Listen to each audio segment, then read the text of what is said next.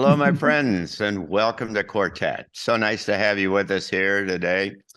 We're going to get together and talk about a very interesting kind of subject associated with a big whistleblower that just came and talked about the United States having aliens and alien ships and all kinds of other kinds of stuff. So stay with us. We're coming to you, as we always do, from Berkeley Springs, West Virginia, where the Arlington Institute puts together this little forum every 2 weeks to think and consider deeply some of the major issues that are associated with this amazing kind of transition that we're in. And we're happy to have you with us. And I'm joined, as we always are, by our friends Penny Kelly. Hello, Penny. How are you? Hi, John. Hi, everybody. It's good to be here. And Kingsley Dennis. Hi, Kingsley. Hello, John. Greetings, one and all from the UK. Yeah, and Gregg Braden. Hello, Greg. Hello, everyone. I'm coming to you from Santa Fe, New Mexico, and I'm looking forward to this conversation. So thank you, John, for putting this together. Sure. And so let's get into our subject of the day.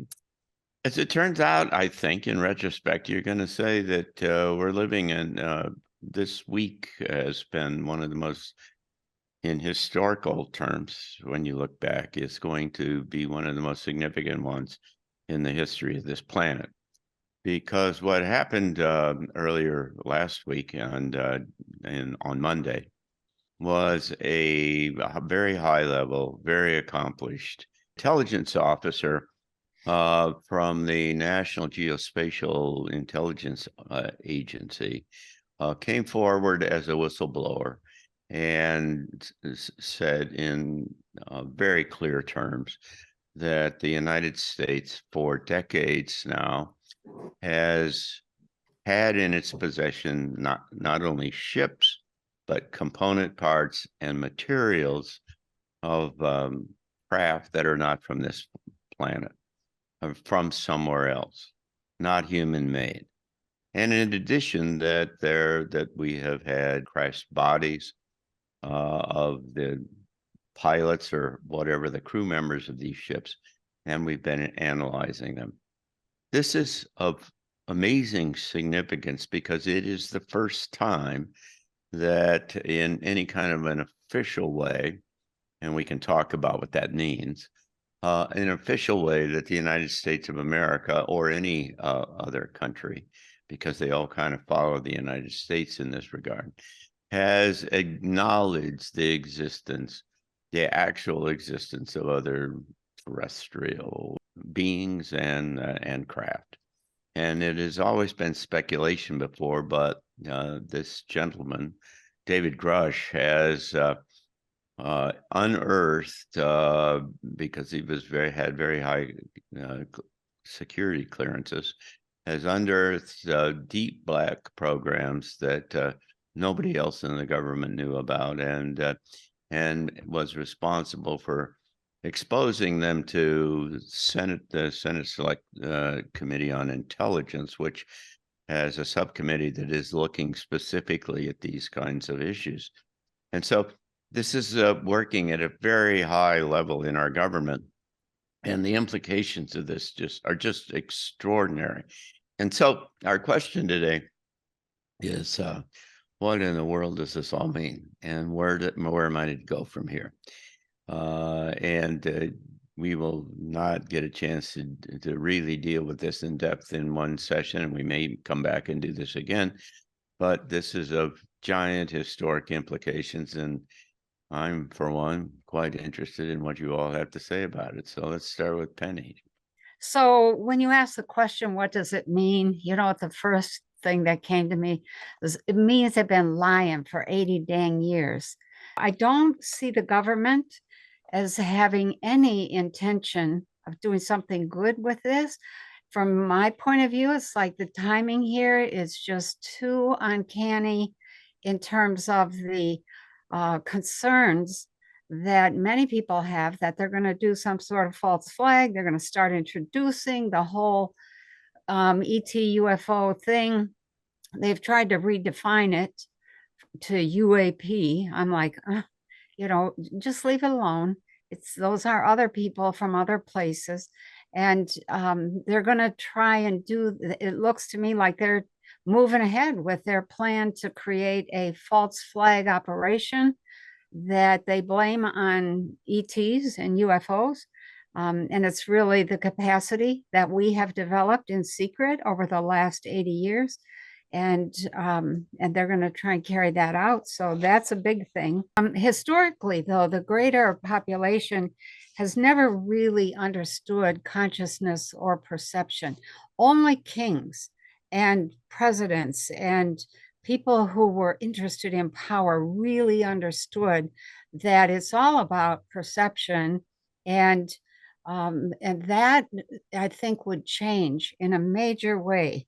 People would begin to understand that if you can keep consciousness just focused here, you're missing a whole bunch of other things. We see it all the time, but I'm not sure that the greater population sees that and really understands how easily they are tricked into listening to, talking about, watching meaningless things, or things that are loaded with disinformation. So in terms of what would it mean, that's a big thing. Consciousness would change dramatically. It'll mean all new concepts for us as a people.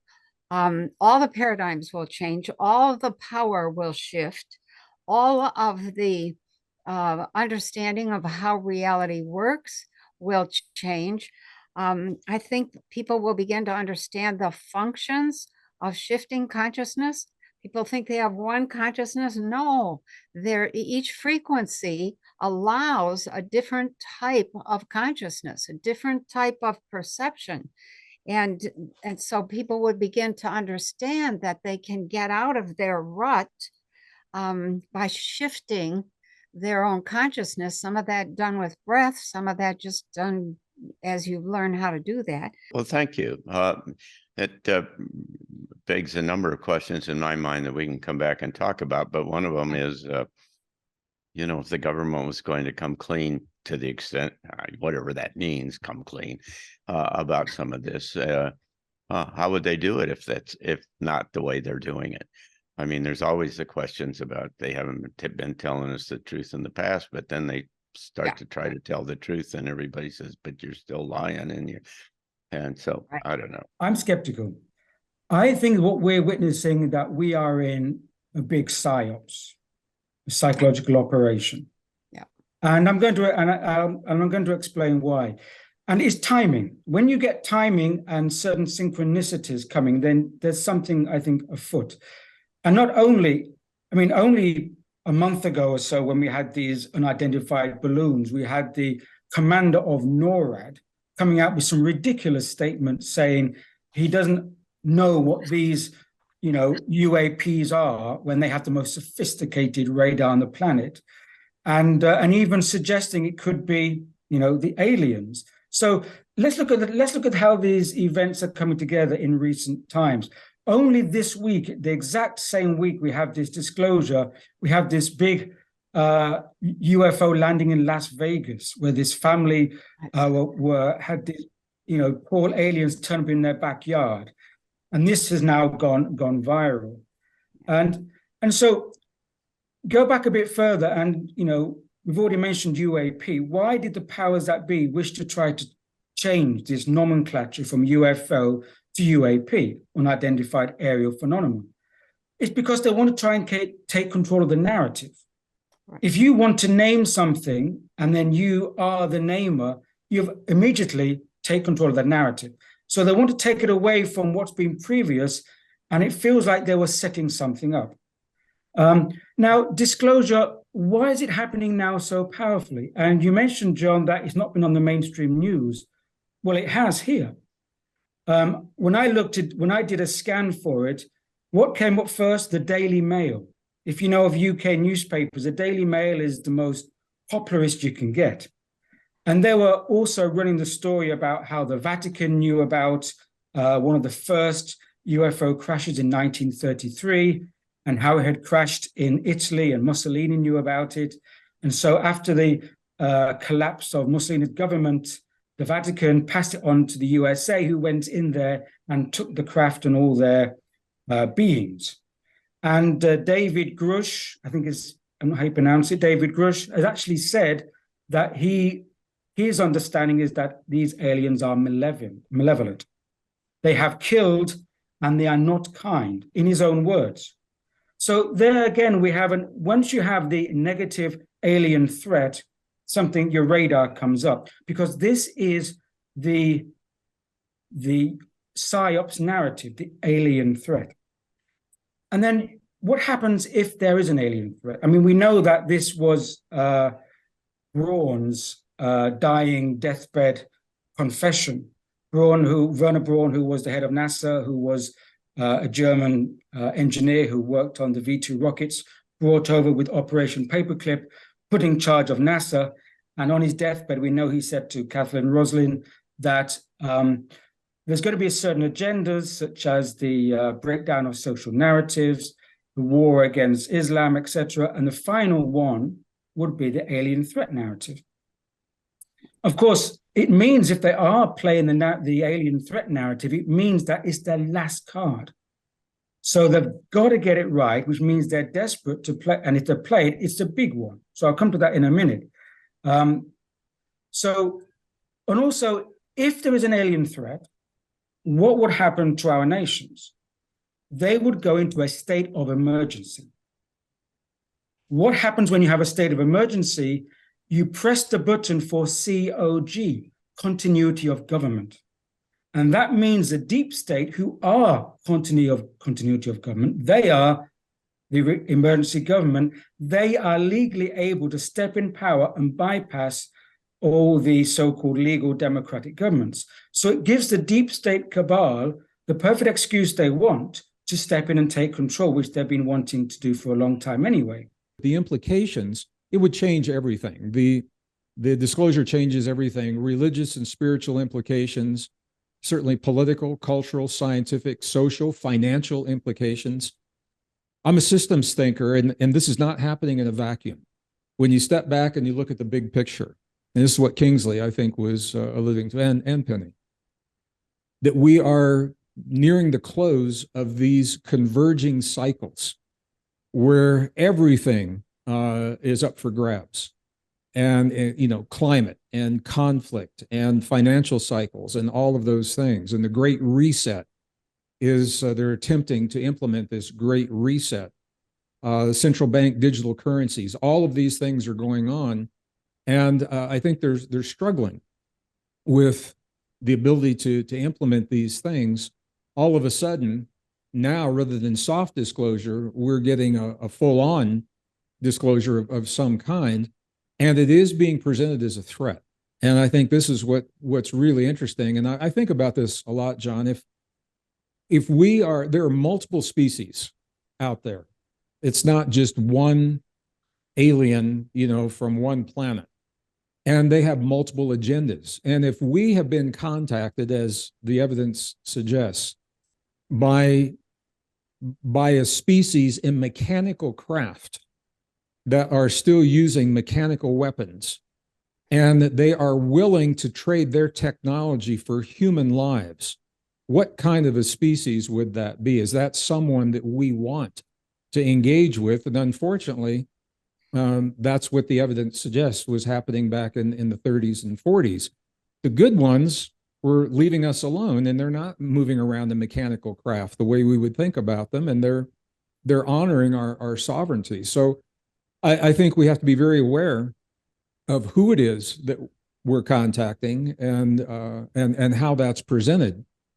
The religious implications, and John, you alluded to this when you talked about the Buddhists and the Hindus, it's determined by the orientation of the religions.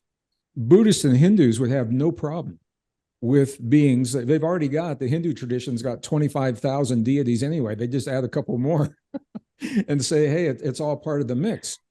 The Catholic Church had to come to terms with this. And I have a paper that was published, very interesting, by the Society of Catholic Scientists. And they had to shift their perspective, and their direct quote, it says, the discovery of life on other worlds would not at all be inconsistent with Catholic belief. But then they go on to say that it could be the opportunity for these other life forms to be redeemed through the viewpoints of the Catholic tradition. In other words, God has created a plethora of life, and maybe they're coming to us to be redeemed through the doctrine of the Catholic Church. And a lot of the fundamental religions think the same way, that these beings can be saved. So when we look at all of these, and we could go on and on, the political and the cultural implications and the financial implications, there is a real concern that the markets are going to tank when this comes out. And they want the central bank digital currencies in place before that happens. So there is an effort to remake the world. And the pandemic pushed us in a direction that didn't quite get us there.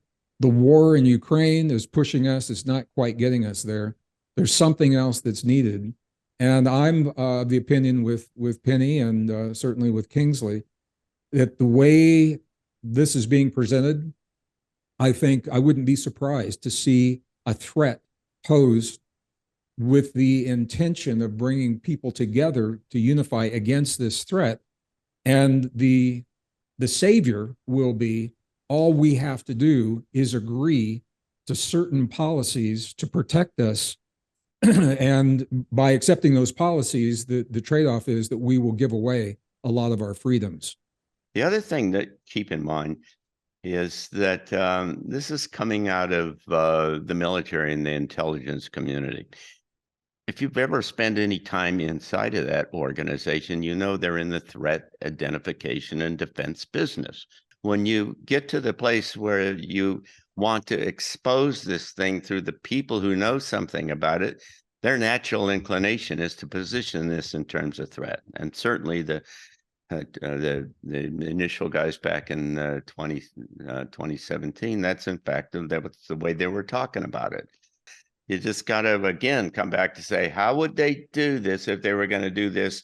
And it may be an op, and it may be some kind of thing, but maybe there was this, maybe these people that just felt that it was their duty to do so because that's the way people in the military think. And then some people in the intelligence community, they think this is the right thing to do in terms of our country and what I've committed to and what I've obligated myself to in terms of my personal situation. And so there's I don't know. I mean, to jump to a conclusion here, this is a big deal, and I would argue against that.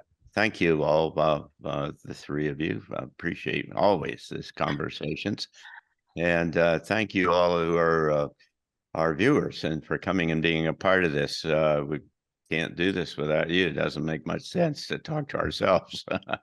And if you like this, I hope that you'll go and check out not only arlingtoninstitute.org, which is where we all come from, and all of the many other programs that we have. And I encourage you to, in particular, to look at Transition Talks, which is our lecture series that we do every month here in Berkeley Springs. Gregg will be with us in August. We're very much looking forward to that. Maybe we'll talk some more about this when we get there, but we have a variety of things and that certainly you'll find interesting if you find this conversation of interest. Thank you all and be well. And thank you to all of you for being a part of this. Thank you. Bye-bye. Thank you all so much. Thank you.